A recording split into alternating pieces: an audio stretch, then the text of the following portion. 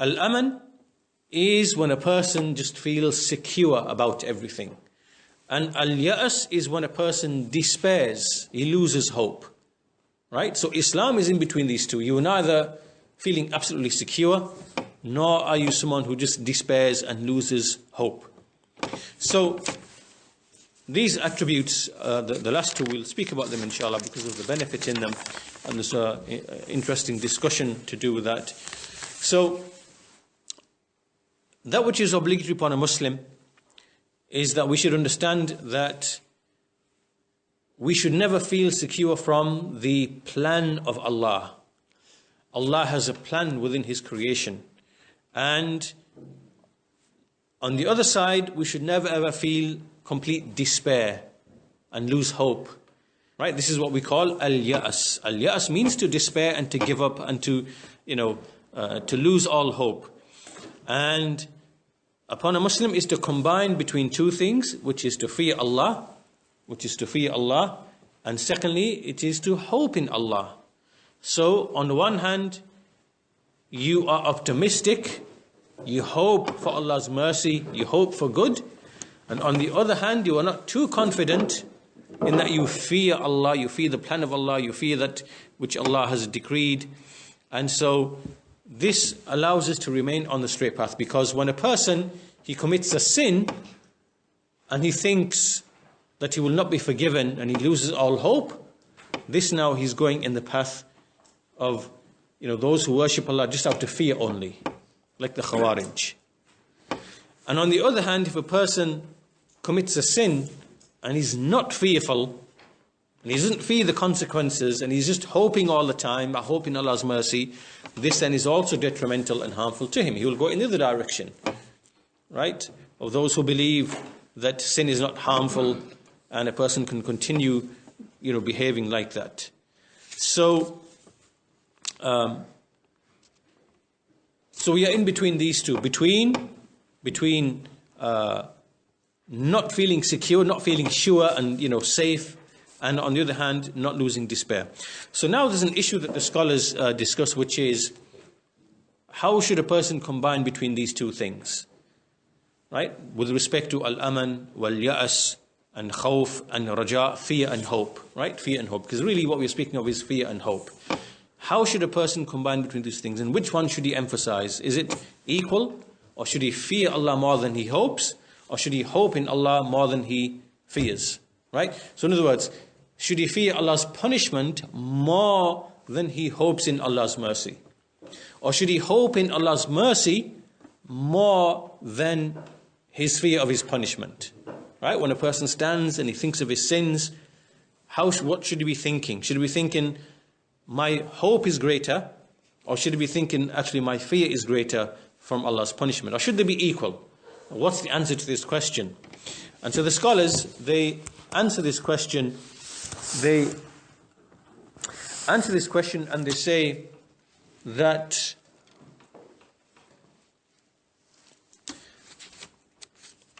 one group basically said that the fear should be greater, another group said that the hope should be greater.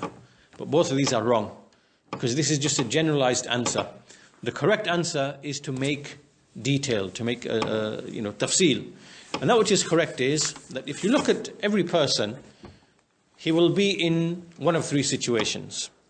Either he's in a situation where he's healthy, fit, sound, or he's in a situation where he's ill, diseased, and not in a good state. And the third one is where he is at the point of death. Right? These are three situations every person is in, can be in. Right? Goodness, health, disease, and at the point of death. And so depending on which situation you are in, then it will determine which of these two you should emphasize over the other, or whether they should be equal. So, as for the first situation, when you are in a situation of sihha, which is health and soundness and so on and so forth, in that situation the fear should be more. You should fear Allah more than the hope. Right? So the sins, and you should not feel secure, you should not feel, that the plot of Allah, the plan of Allah, should overwhelm you. And so this then leads you to withhold from sins, and you're not then deceived by just the fact that you are healthy and fit and whatever else, and that will force you to, or that will lead you to go towards sins, right? So you fear the punishment of Allah, you fear the plan of Allah, and you fear more than you hope, because then this will keep you away from sins. And generally, people when they're healthy and fit, there's no sickness, there's no illness. People generally are ungrateful. They fall into sin. They neglect the obligations, and they don't appreciate the health that they have. This is generally how people are in the situation of health and soundness and fitness. They are prone to, be ungrateful and commit sins. So in that situation, the fear should be more. So it makes a person withhold from these types of sins. The second situation is a situation of illness and disease. And in this situation, a person should emphasize the hope, and it should be more than his fear, because if a person was to emphasize the fear, then he will not expect from Allah Azza wa Jal that which is a cure for his disease and for his sins and so on and so forth. And that's why in the hadith, the Messenger of Allah he said, قال الله تعالى in a hadith Qudsi, أنا عند ظن عبدي بي فليظن بي ما شاء. I am as my servant, as he anticipates or as he thinks of me. So let him think of me with what he wills. In other words, if you are someone who's going to think,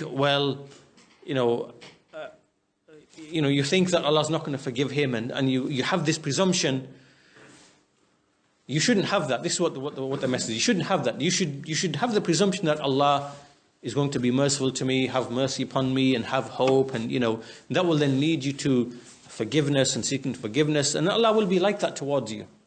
Yeah, right? So how you are, that's how. So in other words, what the hadith is saying, that a person should anticipate hope from Allah and not exaggerate in terms of the fear in that situation, in the situation of illness and disease and so on and so forth. But obviously a servant, he varies between these, in his life. Sometimes it's this, sometimes it's that. So in each situation, it's either the khawf which is greater, or it's the raja which is greater.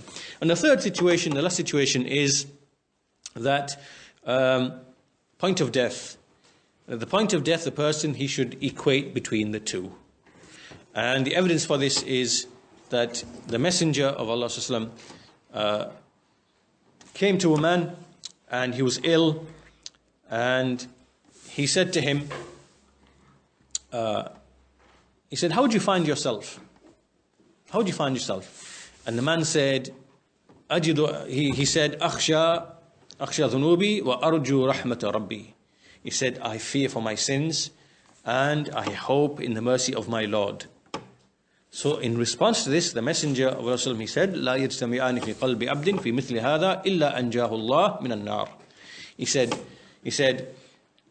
the likes of this does not come together in the heart of any servant, except that Allah saves him from the fire. Saves him from the fire. So this now is clear evidence here that in this situation a person should equate between khawf, between fear, and between hope, and make them equal. So this brings us to the last and final point